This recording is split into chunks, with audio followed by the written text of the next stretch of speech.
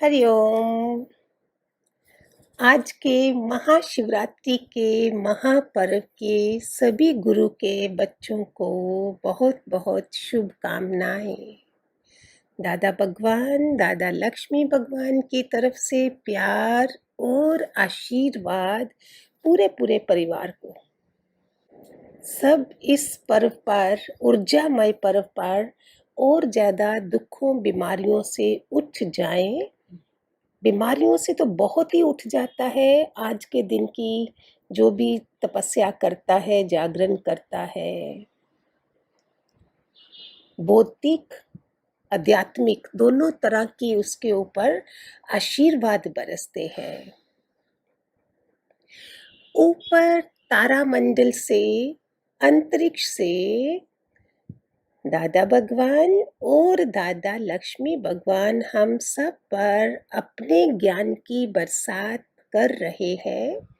भगवान शिव जो गुरु रूप में साकार में प्रकट होकर हमारे विकार हरते हैं, उनकी आज महारात्रि शिवरात्रि है।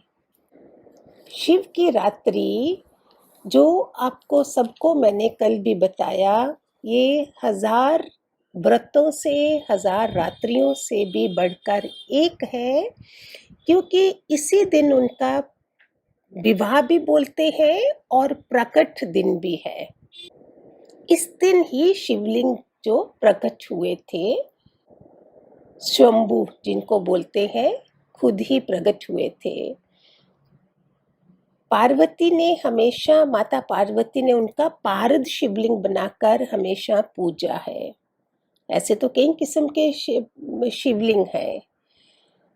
और छोटी सी बात और बता दूं आपको कि हम लोगों की शादी ब्याह होना, जन्म लेना, जैसे अभी हम लोग गुरुओं वाले हैं, जो लोग गुरुओं वाले नहीं हैं, ये वाले गुरु मैं जो बोलती हूँ, जो भव सागर पार करने के लिए हमें खींचा गया है, लाया गया है, चुना गया है, उनका भी पर्पस है कि 84 खत्म करके आज हम जा रहे हैं ब्रह्मलोक को। लेकिन राधा का, सीता का, पार्वती माता का विवाह जो हुआ है, इनका मीनिंग क्या होता है? बहुत बड़ा मीनिंग होता है।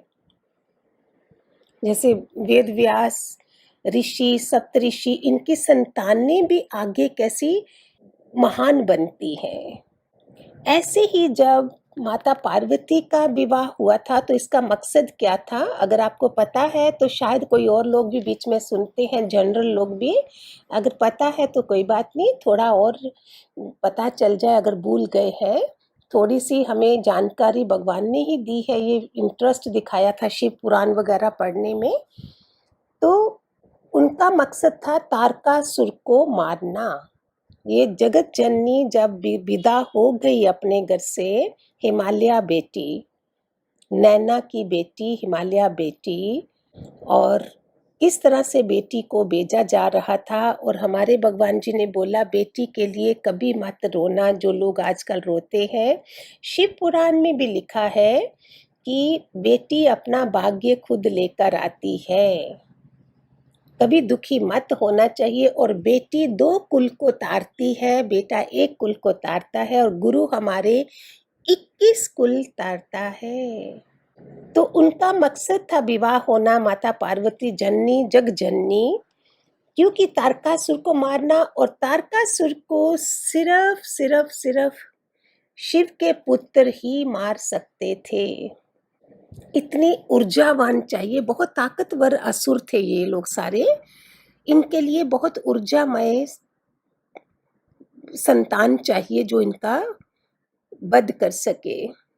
तो इनके 6 पुत्र हुए थे जो गंगा मैया ने इनको सह नहीं सकी थी, धरती माँ को दिया था। इनका वो जो ऊर्जामय पिंड होता है, उसको धरती पे रखा गया कि कितनी सहनशीलता सिर्फ धरती माँ के पास है, जो कि हम औरतों को भी भगवान जी ने बोला औरत के पास धरती की जैसी सहनशीलता है। जिनके पास नहीं है तो वो ज़्यादा रोती रहती है सत्संग में आके, वो देह विदेही नहीं होती हैं, देह में रहती हैं, फिर सत्संग में रोज रोज रोना ही डालते हो, समझते नहीं हो, कैच नहीं करते हो। सत्य की बादशाह को। फिर उन्होंने क्या करा, गंगा मैया ने ऋषियों की पत्नियां, ये आप हमने टीवी में भी देखा था बहुत पहले, कृतिका, ऋषियों की पत्नियां कृतिकाओं ने इन 6 पुत्रों को पाला था, जो बहुत मुश्किल पड़ रही थी उनको पालने में। फिर उन्होंने क्या करा, एक सुझाव लिया। 6 जब सो रहे थे तो कुछ पानी डाला, 6 का 1 बनाया, वो बना कार्तिकेय। कृतिकाओं माताओं ने उन्हें पाला पोसा तो उनका नाम बना कार्तिकेय। और उस कार्तिकेय ने फिर तारकासुर को 6 की ऊर्जा के साथ इतने ऊर्जामान बन गए, फिर उन्होंने तारकासुर का वध किया था। अपने शिव स्वरूप को जगाने के लिए ये आज की रात है। हमेशा सत्संग में भगवान जी ने बोला, जब जिसका शरीर शांत होता है, शिव चला जाता है तो शव रह जाता है। तो ये शिव की रात्रि है, जो शिव हमारे अंदर है, आत्मदेव है, उसको और आगे बढ़ने के लिए, उसके लिए ये रात्रि है। इस दिन जो हमारे ग्रह नक्षत्र हैं, उनका कोई ऐसा खेल होता है जो हमारी रीढ़ की हड्डी की ऊर्जा वो ऊपर की तरफ होती है। सम सेंट्रल फोर्स जो होता है ग्रहों का, इस तरह से काम करता है। कोई योगिक परंपरा भी बताई गई है कि रीढ़ की हड्डी हमेशा सीधी होनी चाहिए, जैसे ऊर्जा ऊपर जा सके। हमारा जो भजन है, अजरात माँ सच्चिदानंद मैं हूँ, शिवोहम शिवोहम शिवोहम शिवोहम। जिसे कोई ना मार सके, पानी ना गला सके, आग ना जला सके, वो मैं हूँ। ज्ञान से मैंने पाया कि मुझे भगवान तो कभी मार ही नहीं सकता, क्योंकि शरीर को मार सकते हैं, मुझको नहीं मार सकते। मैं वो आत्मा हूँ जो हमारे दादा भगवान ने बताया है। तो उसी का तो शिव स्वरूप जो है, शिव की रात्रि का आपको दे रही हूँ, और स्ट्रांग बनने के लिए।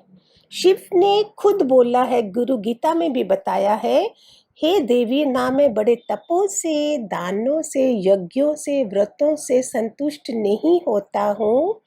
सिर्फ जो शिवरात्रि का व्रत और शिव का जागरण है, उससे मैं बहुत खुश होता हूँ। दैट डजंट मीन शिव जी हमें चाहते हैं कि तुम भूखे रहो, भूख पे कंट्रोल करो या कुछ ऐसा नहीं। आलस वाले लोगों के लिए ये और भी बढ़िया है, ऊपर उठने के लिए। क्योंकि जब हमारी वृत्ति नीचे चली जाती है तो हम क्या होते हैं, आलस तमोगुनी से गिरे होते हैं। हम परांठे खा लिए, ब्रेड का सैंडविच खा लिए, ये कर लिया।